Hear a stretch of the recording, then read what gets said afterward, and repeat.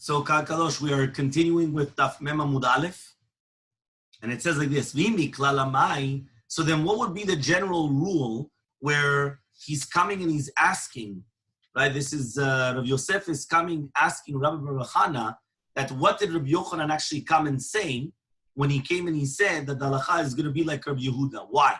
If it's a general rule, dilma hanamile b'matlitin. He says maybe be'emet that's only if it's going to be the halacha zakidivre machriya. Only if it was said in a Mishnah. So to do with, for example, the Matzlaniyot. But in a Braita, which is, this is a Braita, this is a machloke between Rabbi Yir, Rabbi Shimon and a Braita, we don't say that halacha is like Kedivra Machriya. We don't say that halacha is like the one that's going to come and he's going to decide between the other two opinions. So says the Gemara, Amalei, he comes and he tells, no, Ana befirush miali. I heard from the mouth of Rabbi Yochanan mefurash, that the halacha is like Rabbi Yehuda, that you could only take cold showers on Shabbat and not a hot shower. Okay, and therefore he's coming and he's saying, so therefore it doesn't help. Okay, and therefore don't come and try to defer it or to give a rebuttal. We paskin halacha like say like Rabbi Yehuda, that the halacha is you could only take a cold shower on Shabbat. Okay, next, Itmar, it was stated, Chamin shu chamu erev Shabbat. When you have hot water that was heated up on erev Shabbat. Rav comes and he says, the next day you could come and you could wash your entire body with the water which was heated up on Erev Shabbat, right? But he says, however, though, it has to be done eved, which means each part of the body separately. I cannot take one hot shower in one shot. It has to be part of the body, part of the body, part of the body. An arm, a leg, the stomach, the head, everything separately. Shmuel says, they only permitted you to wash only your hands, face, and feet. That's the only thing that they permitted to wash.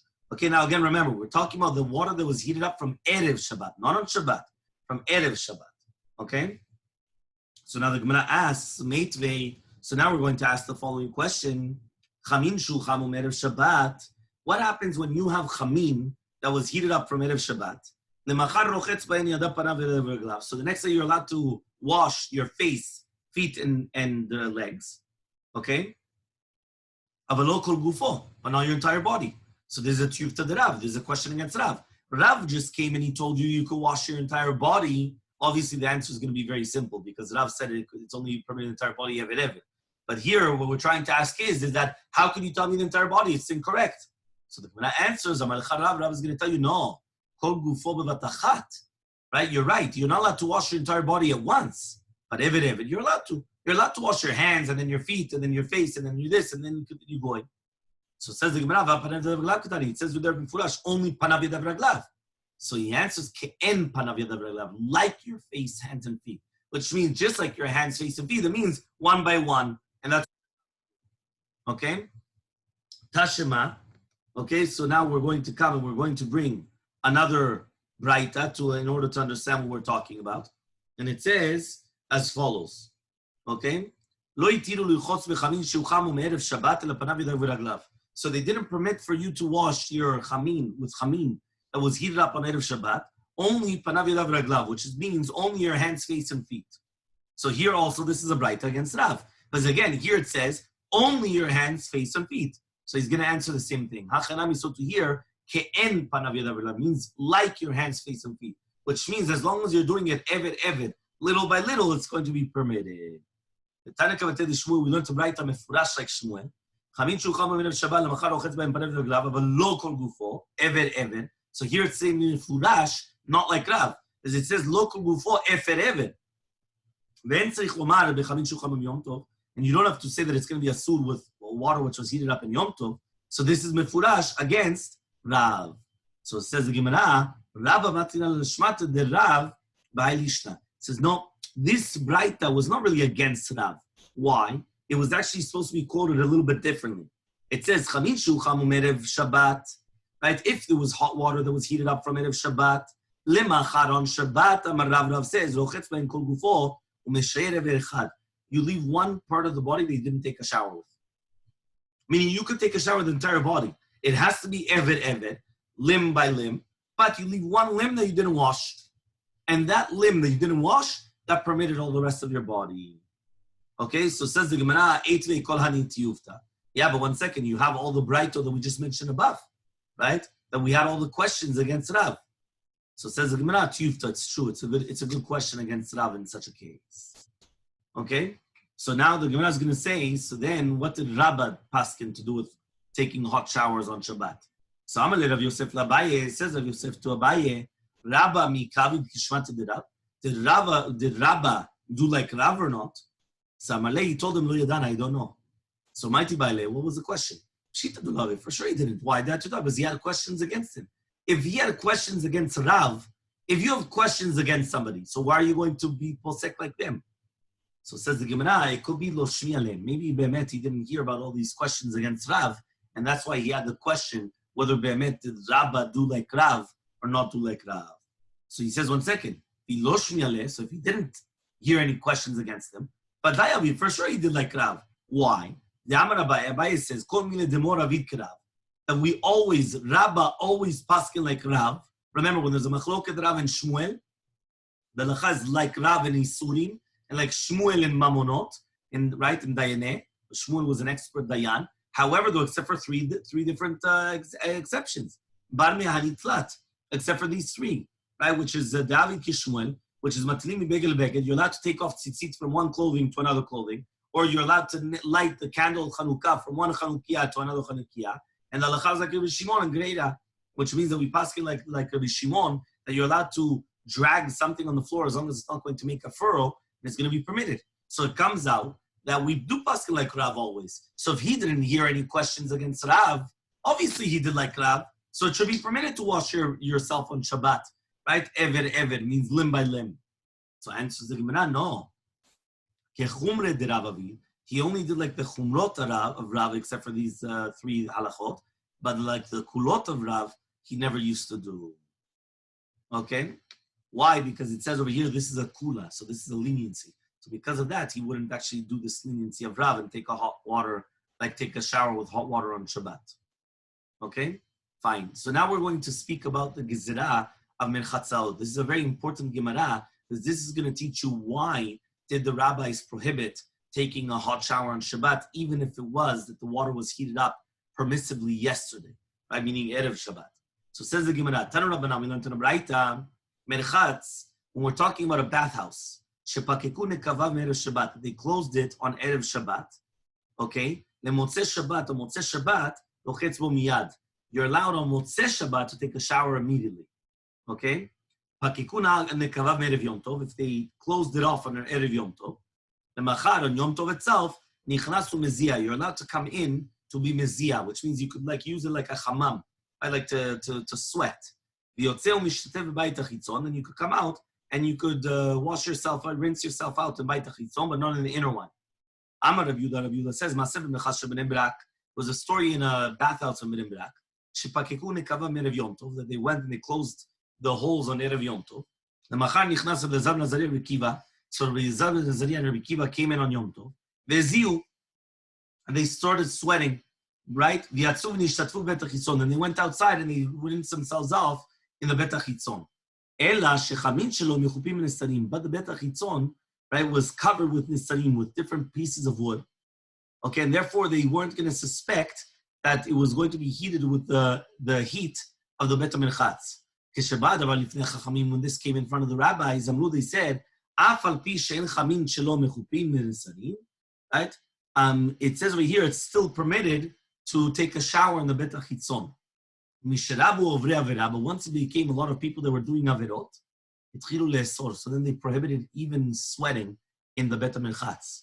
Right? And still, ambatiot shel krachim, it's still the big bathhouses. Then you could still go in it on Shabbat.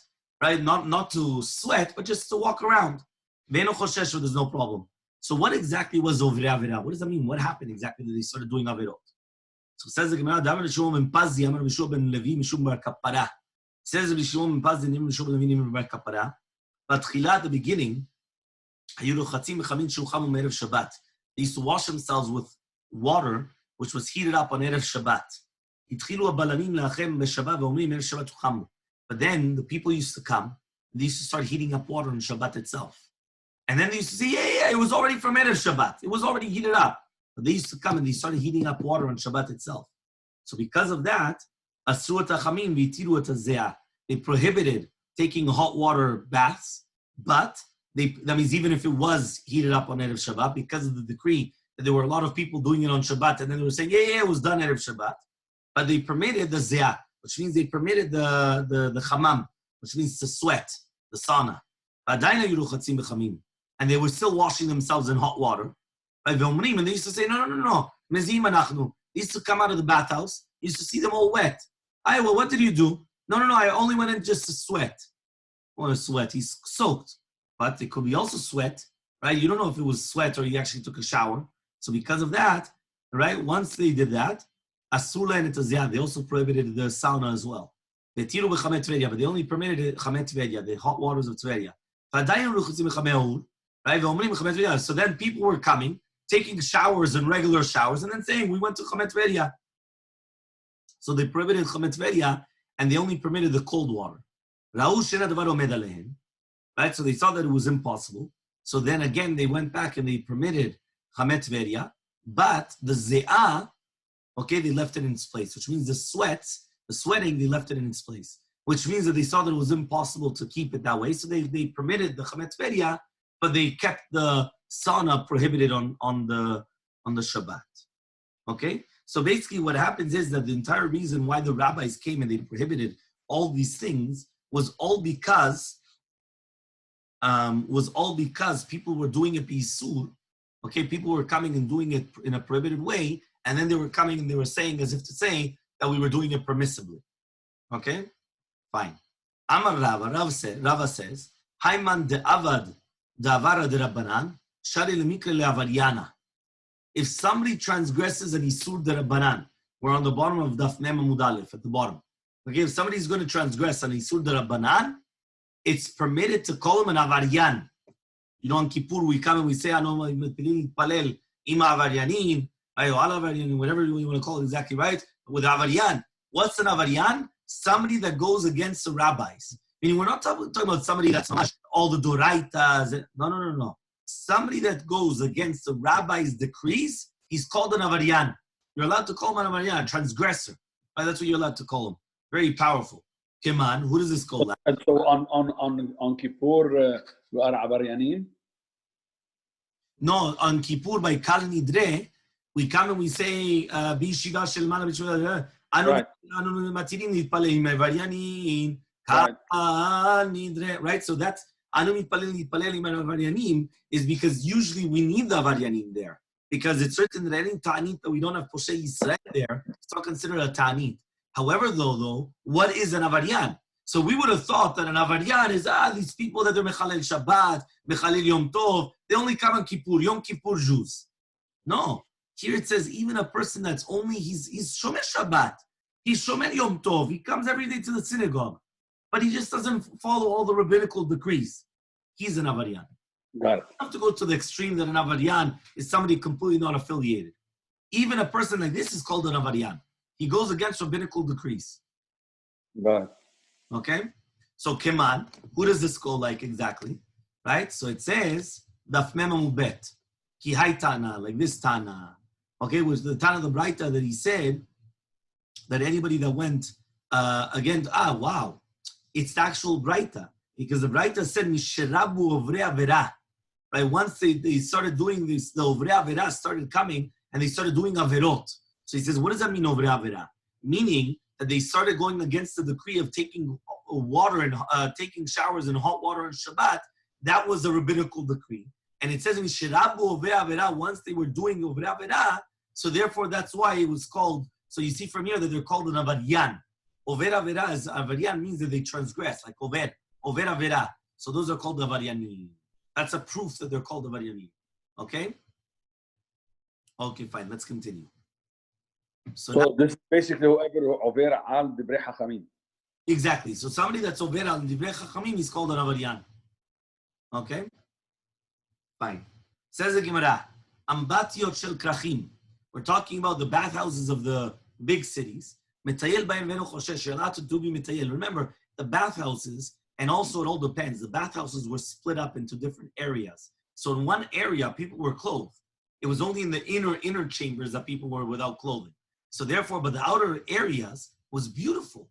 The bathhouses was like a public area. It was a very nice area. Everything was very nice. So it says here, you're allowed to be mitayel bahen, right? On Shabbat, like normal. You could just walk, take a stroll in the bathhouse. There's no problem. Amar Rava says, Davka b'rakachim, but that's only of big cities. Aval the kfarim of villages, no, they didn't. Right? Why? It says, my tamelot's reasoning. Kevan de zutrin nafish avlayu.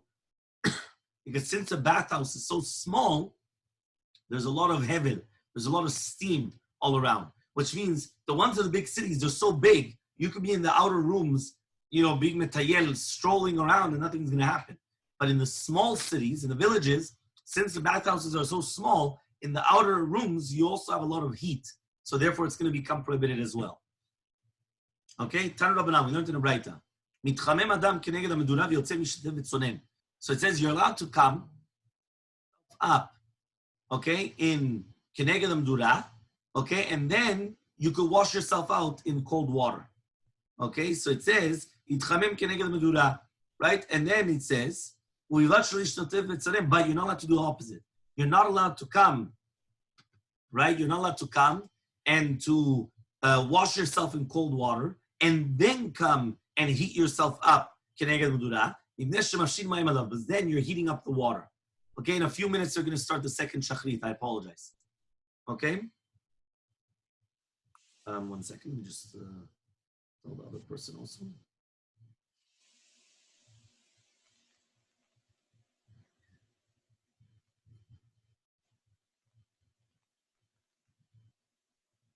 Okay. So then it says like this.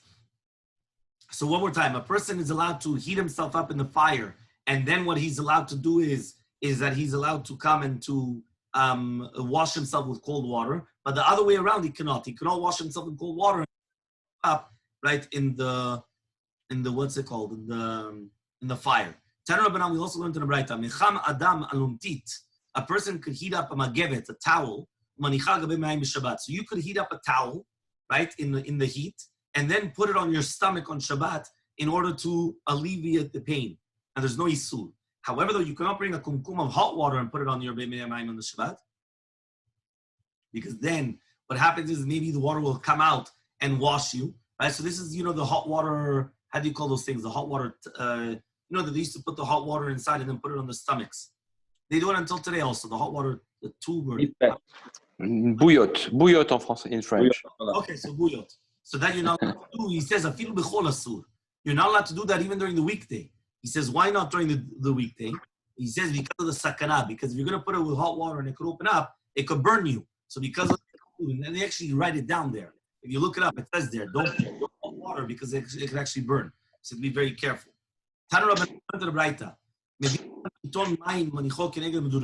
you're allowed to bring a jug of water and put it beside the medura, beside the fire. Not to heat it up, because you're not allowed to heat up water on Shabbat. But to cool it down, which means to heat it up a little bit. Again, not to heat it up to become hot, but just that way it's not that cold. So for example, I could take from the freezer a frozen drink, take it out and put it beside the hot plate. That's keneged hamedura. But I cannot put it in a place where it would get to yad soledable. Means I can't put it too close to the hot plate that it could actually become boiling hot. But I could put it beside the hot plate that it could cool down. Cool down means the opposite way around, right? I mean, like it's not going to become that cold. Rabbi Yehuda says, a woman could bring a jug of oil and put it opposite the fire. Again, not that it should cook, but rather it should get heated up a little bit. Okay? Says a woman could also anoint her hands to heat it up by the fire. And then she could anoint her son. And there's no isur in this. Why? Because since she's not heating it up, she usually heats it up during the weekday, and it's only just to cool it. It's not cold anymore, so that's going to be. It's not going to be. It's not going to be prohibited. But he says if you're doing it mamash opposite the fire, it's a sur. So now we're going to ask the question: Shemen ma'u Tanakama. What's the halacha in oil according to Tanakama? In the Tanakama, we only spoke about water. Rashba was the one that brought shemen. what's halacha on oil for the Tanakama? So Rabbi Yosef Damar Tavayu Lateira. Rabbi Yosef, both of them said it's permitted. And Rabbi Nachman Bar Yitzchak says, no, according to the Tanakama, it's going to be prohibited. Okay? Rabbi Yosef Damar Tavayu Lateira. Rabbi Yosef, both of them say that it's going to be permitted. Shemen, because to do with oil, Afal Pisha Yatzaleda B'mutar, because even though it's going to become boiling hot, that your hand would retract, it's still going to be permitted. It says, Kasar Tanakama, Shemen Emu Bishum Bishul. According to Tanakama, oil, there's no problem of bishul. It does not need to be cooked. Therefore, when you cook it on Shabbat, there's no isur. And Rabbi Yehuda comes and he says, no, there is bishul on oil on Shabbat. Those are bishul. But if you just cool it down, which means you're just warming it up, that's not cooking. And Rashbad comes and says, no, shemen does have bishul, and the fact that you warm it up, that in itself is considered cooking the oil. Okay? Rabbi Nachman Bar Yitzchak comes and he says, no, that it's a sur. What does that mean? Shemen, oil, even if it's not yet soledable, it's still going to be asur. Because he holds that oil, there is a problem of bishul on oil, of cooking oil. And if shelo is bishulo. If shelo is bishulo means if shed is the bishul in itself. Okay, then it says, V'ata Rabbi Yehuda lemeimar. Rabbi Yehuda is going to come and say, if shelo lo zeu bishulo, that the warming it up is not considered the bishul. Shimon Gamliel and lemeimar, Shimon Gamliel is going to come saying, shemen yesh bo mishum bishul, if shelo is bishulo. Shemen, there is a problem of bishul, and there is a bishul as well. And says the Gemara, 1 second. Rashbag then is Tanakama, which means that the Shita of Rashbag is going to be like Tanakama then. Okay? Because it's the same thing. Because both of them said that you're not allowed to be mafshir shemen opposite of fire. So what's the difference between them? So he said the difference between them is kilach hayal, which means not in a normal way. Which means according to Rashbag, you're allowed to do it, right, if it's not in the normal way. Okay? But if it's right? But according to Tanakama, it's going to become prohibited. It's Amar Rav Yehuda Amar Shmuel, says Rav Yehuda name of Shmuel, Echad shemen ve'echad mayim, yad soled basur. Whether it's water or oil, you're not allowed to put it beside the fire if it's going to become yad soledable. It's going to become boiling hot. But if it's not yad soledable, if it's not going to become boiling hot, it's going to become permitted. So ask the Gemara, what is hechi dami yad? What does yad soledable mean? What does it mean that your hand is going to retract? It's so hot. Amar Rachva says, as long as the stomach of a child will become burnt, meaning that the child's stomach will get burnt from this. This is again the entire machloke between whether it's 40 degrees, 45 degrees, right? Okay. Amar Rav Yitzchak bar Avdimi. Says Rav Yitzchak bar Avdimi. We're almost done. I once went into the bathhouse behind the Rebbe, and I wanted to put a pach shel shemen in the ambati, a jug of oil in the bathhouse, okay? And what happened was, he told the kli sheni. You could only take the water from a kli sheni, the 10, and then you could put the shemen inside of it into a kli sheni. Because the kli sheni does not cook. So shema min atzlat, I learned from here 3 different halachot. Number 1, I learned over here, number 1, shema mina shemen yesh bo bishul bishul. That first of all, there does exist cooking by oil. Shema mina number 2, kli sheni vashel, kli sheni does not cook. Shema mina, and I also learned hefshiro zo bishul, that by oil, the fact that I'm going to heat it up a little bit, that in itself is the cooking of it, right? That means I don't have to heat it up completely. The fact that I already warm it up, that in itself is the cooking of it. So says the Gemara, hechi avid hachi, how did Rav Yitzchak bar Avdimi do like this? Right? That he went to the Beit HaMerchatz. You're not allowed to put shemen in a kli rishon. But then he says, just 1 second. Say the halacha. You're not allowed to say the halacha. So he says, no. He says what happens is that you're not allowed to say halacha, because in any place you're allowed to think of Divrei Torah, except for a Beit HaMerchatz and Beit HaKiseh. So says the Gemara, v'chitem b'lashon chol amaleh. If you're going to tell me now b'lashon chol, right, which means, right, that we're talking about b'lashon chol is that he told him like in a mundane language, okay? So he comes and he says as follows. He says, right? He says v'chitem b'lashon chol amaleh, that he told him b'lashon chol. Ve'amar Abai says dvarim shel chol mutar le'omram b'lashon hakodesh. Anything which is mundane, you're allowed to say in Lashon HaKodesh in Hebrew, but anything of Kodesh, you're not allowed to say in Lashon Chol. So therefore, how did he start teaching him halachot in the middle of the bathhouse? He's not allowed to teach him halachot in the middle of the bathhouse. Answers the Gemara, very important halacha, afrusha mi isur hashane. To separate someone from doing an isur is permitted even in the bathhouse. That means in the bathhouse here, I was going to separate him from doing an isur. So even in the bathhouse, I'm allowed to tell him halacha. Normally, I'm not allowed to speak in divrei Torah in a bathhouse. But here I'm allowed to because it's a frusha isura. Teda, what's the proof? The Amar of Yom Yeshua says of Yom Yeshua, there was a story of the student of Rabbi Meir that he came afterwards in the bathhouse, and he wanted to wash himself, right? It says over here to start washing the floor, right, for Rabbi Meir. The Amar says, he told him, 1 second, you're not allowed to wash the floor on Shabbat. Why? Because if you start doing sponja, right, doing, mopping the floor on Shabbat, maybe you're going to even out the floor, right? Remember, they used to have dirt floors, so maybe you're going to even out the floor. Suchlo karka, but if you're just going to come, so he didn't want to now wash the floor, he wanted to put the oil on the floor. Right here, it says here, at 25 is that he wanted to put it on the floor. These two come and they wanted to wash out the floor. So it says they used to put. Is it to clean the floor? Yeah, this is like you're not allowed to clean the floor. No. Okay. So it says you're not allowed to clean the floor on Shabbat. There's a tshuva of Ben Sion that he wants to say in Chelek Bet that you're allowed to in big how do you call them? Hospitals, things like that. So there, there's a whole special heter, and they try to get goyim doing all these things, right? But we're not allowed to do sponge on Shabbat, obviously. Okay, and that's even without the problem of schita. Forget about schita, of squeezing, right? You're not allowed to.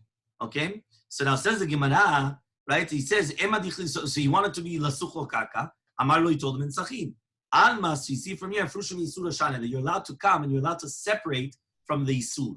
Hachanami, so to here, la frushim isura shana, you're allowed to be la frushim isura, right? For all those that are joining, right? We're starting shachrit in just 5 minutes. I apologize. We're just finishing tomorrow's daf. Okay, so he says in the Gemara. So you see from here, la frushim isura, to separate someone from doing isur is going to be permitted. Okay, even in a bathhouse, even though usually in a bathhouse you're not allowed to talk in divrei Torah. So Amar Ravina says, Shema Mina, we learn from here, Hamvashel bechamet tveria b'Shabbat chayav. If somebody's going to cook in chamet tveria on Shabbat, you're going to be chayav, right? You're going to be chayav mamash skila and everything because of bishul b'Shabbat. The Hama said the Rebbe lachar zerava, because the story of Rebbe of going into the bathhouse in order to sweat was after the gezerah. So how did he go inside? How did he go inside to sweat? You're not allowed to go into sweat into a sauna on Shabbat. So Vamale, he told him kli sheni ten, take it in a kli sheni and take it. So says the Gemara, 1 second. Any is it so? I thought if you're going to cook with chamet tveria, you're going to be patur, not a sur. So says the Gemara, you're right. What does it mean here? Chayav. Chayav is not isur doraita because chamet tveria is not a fire. Chamet tveria is like the Rabbanan. It's not the normal way of cooking. So he says, you're right. When it says chayav, it's makat mardut. It's makot de Rabbanan. Remember that the rabbis give the same lashes as the doraita. Malkut is lashes from the Torah. Makat mardut is lashes of rebellions. That is the Rabbanan. Okay, so that's also very, very important. So Amar Rabbi Zera says Rabbi Zera, Ana chazite le Rabbi Yavhu the shat be'ambati. I saw Rabbi Yavhu. Are we talking ambata? Basically, is it the mikveh or shower? How can they go to the bath and float? You're right. The mikveh is a special halacha that when you're going into a mikveh, you're going in lemeker, which means to cool yourself down. But there is a problem if the mikveh is actually hot. It's a problem. Okay. So then it says, Ana chazite le Rabbi Yavhu the shat be'ambati. I saw Rabbi Yavhu that he was saf be'ambati shekaka b'Shabbat. That means he was in the bathhouse on Shabbat. But I didn't know if he picked up his legs from the floor and he was actually swimming or not, because you're not allowed to swim on Shabbat. Okay? So he says, so according to him, maybe the gezerah was only in a big river, right? But not in a private bathhouse, right? Maybe you're allowed to swim over there. So says the Gemara, pshita de lo akar. For sure he didn't do it. The time we went to the Braita, lo yashut adam b'brecha b'le'amayim. You're not allowed to swim in a brecha, right, in a swimming pool, which is full of water. But even if it's going to be in a private property, in a chatzer, right, you're still not allowed to, right? So obviously he wasn't swimming. So it says, so it wasn't a question. It